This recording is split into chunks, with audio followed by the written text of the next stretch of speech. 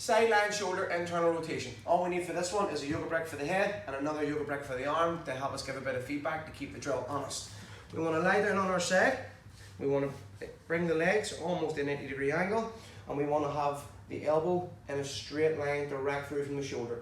We don't want any here, we don't want any up here. We want a nice straight line, okay?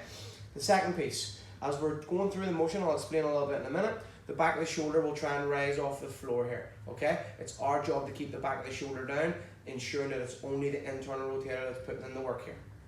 Secondly, as we're internally rotating, as I've experienced with a lot of my own clients, is the arm will travel away as the brain's trying to do a little cheat to gain more space. We're going to keep the brain working honestly and keep the work on the shoulder by, as we're internally rotating, just to make sure that arm stays where it was. Now, for that, I'm going to bring in an extra yoga brick, and I'm going to aim to keep my arm right beside it. Now, as we go from internal external rotation, there will be a little bit of movement out of the elbow. A little bit's okay. We just don't want to see any of this or any of this, okay? Getting started. We want to internally rotate our shoulder to whatever degree we can go to by ourselves without using any assistance.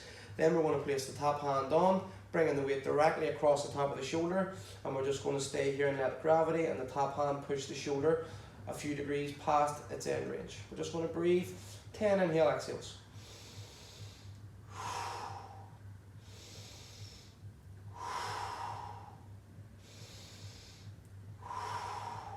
After we've done our 10 inhale exhale, we're going to then do the opposite first, which is external rotation. We're going to keep the arm in internal rotation. I'm going to very slowly dig my elbow into the floor and start externally rotating. Now, I'm not actually going to move. The top arm is keeping me in position here, but what this is going to do is temporarily trick our brain and open up a little movement window for us. So as we're in this position, we're trying to dig the elbow into the floor and move the top hand up toward the ceiling for this sensation without letting it move. As we're doing that, we're keeping the weight in, we're keeping the abs on, and more importantly, we're breathing. After 30 seconds of this, we're going to take our hands off and do 30 seconds of trying to internally rotate as hard as we can. Anywhere between 10 and 30 seconds, actually, you know, the sooner you start it, the harder it'll be. So as you're improving over time, you can go from 10, 20 to 30. Now again, how the shoulder feels will determine how hard you're working here. If the shoulder feels really nasty and weak and, you know, a bit extra uncomfortable, then just take it easy. It should never be painful, okay? As it's improving, you can improve your ability and your effort level, okay? But just because I have a good shoulder doesn't mean that you can jump in and do this fucking absolutely balls to the wall first time round. Now, from here, after the 30 seconds, we're just going to pause. We'll put the top hand on again, and we'll basically do nothing here for 5 breaths. We then repeat that one more time. So 10 to 30 seconds of trying to externally rotate, then another 10 to 30 seconds of continue to internally rotate.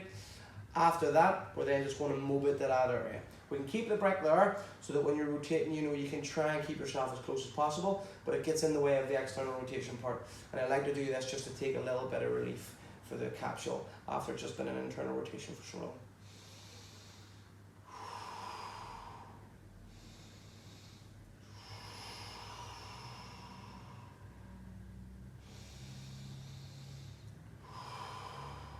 External we feel in the back of the shoulder, internal we feel all around the front here. And that is our sideline shoulder internal rotation.